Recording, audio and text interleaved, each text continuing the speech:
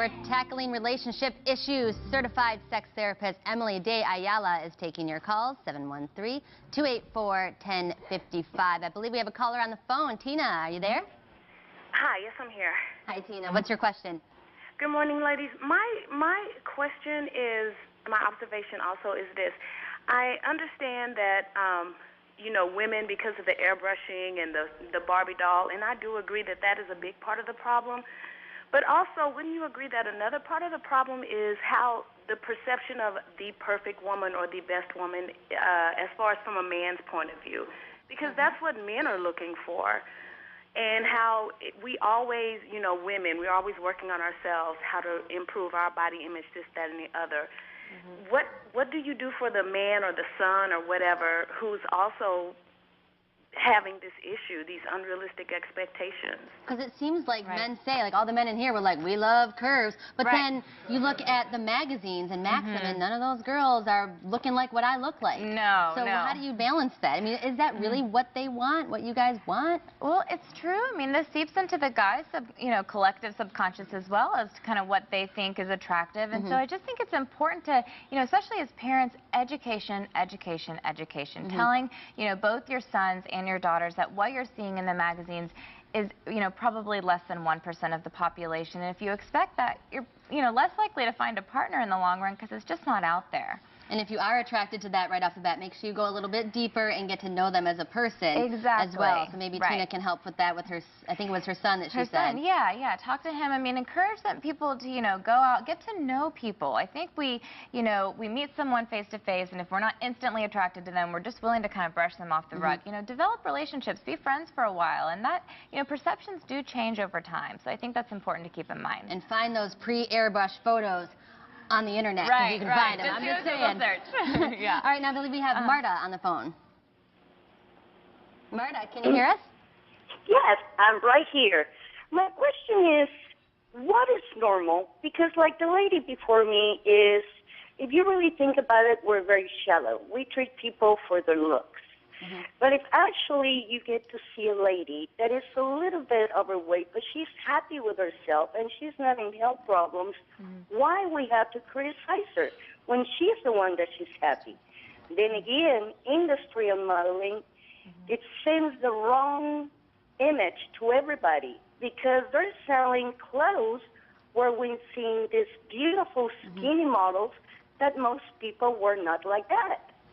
So don't you think it would be an industry that they actually have to send the right message on telling people you are who you are, you have to love the way you do, but we're also making clothes for you. I think there's two sides of that too. I mean, she said women criticize other women, and I think that's part of the pendulum swinging back is that stop it. Stop criticizing other women, you know? Like, we really need, and I mean, I've been guilty of it too. I'm not going to lie on TV. We all have, but we do it. Really need to stop that and embrace everyone and not do that to each other. Not Sometimes break I tell people in my office I'm going to do stop it therapy on them. Sometimes these behaviors, you just got to stop it. And criticizing other women, again, it comes back to your own insecurities. And women dress for other women. Right, they do. I mean, sometimes, women will get ready and the guy's like, what are you wearing? But, well, it's in style. I saw it in a magazine, and the guys are like, I just don't see why you would find that, attractive. So I think it's important to keep in mind what the motivation is coming from. Who are you getting ready for at the end of the day? Do you feel confident about what you're, wearing? Is it because it's something you saw in a magazine? Is it because your girlfriend got a similar outfit? Is it because your guy likes it? It's important to keep that in mind.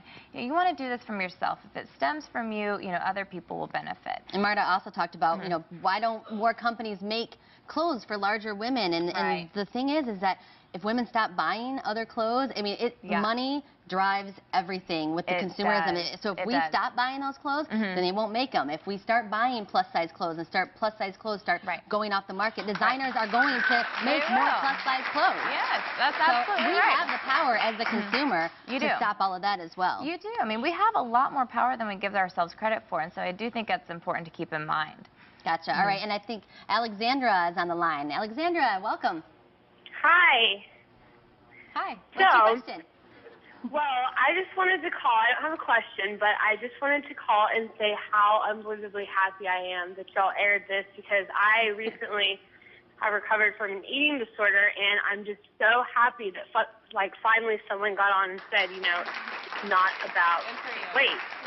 You know, it's about the underlying issues, and it's not about weight. You know, self-esteem, self-worth, that's all really, really important. And I'm so happy finally someone got on and said, you know, it is not about weight and being skinny. All right, well, good luck to you, Alexandra, and congratulations. Thank you. Yeah, I know she still has a tough road ahead of her, but hopefully other women, we can support her as a group in general. Right. So, all right, and is it Samantha, I believe, is the next caller? Yes, I'm here. Hi, Samantha. What's your question? I'm with an older lady, me, 49, getting together with a younger guy who's 30, Hispanic, and we're both Hispanics, but I'm still feeling very uncomfortable. And so, sorry, what was your question? She's with a younger man. So who's uncomfortable? You are? Because, honey, you shouldn't be. Publicly. You know, I really don't feel like we can go out publicly and be out and about because I feel conspicuous. I already have gray hair already. Right. So that can happen, you know, it's more and more common for there to be larger age differences among couples now, and so that can happen. It's something I see, or that I am seeing more and more, because, you know, you start to get a little competitive maybe with people who are closer to your age, or sometimes in same-sex couples, even with your partner, and so that can be difficult as well. You know, I think it's just about constantly working on that confidence. Right. And recognizing this is not just a, you know, I'm going to decide to be confident today, and this is how I will be from now on. It's something we constantly have to manage and remind ourselves. There's no quick fix to this stuff. I think it's important to have realistic expectations, you know, and kind of exercise that good boundary. You know, go out, know maybe some people are going to look at you a little bit differently, but say, hey, I landed a younger guy, so good for me. That's right. Yeah. That's right. And I was also going to say is that you kind of have to go deeper and think, what is it about this relationship that I love? Is it only because he's a younger man and I can go out and be like, hey, look what I taught? Or is it because you found a partner that you can emotionally bond with? And if that's the thing, forget what everyone else says, because relationships are hard enough as it is, right? If you find someone, who cares how old they are? Right. I mean, are you connecting to them emotionally, psychologically? Yeah. Good point. I say go for it, baby. Yeah. Good for you. All right, if you would like to know more about Emily's relationship tips, just log on to our site, greatdayhouston.com.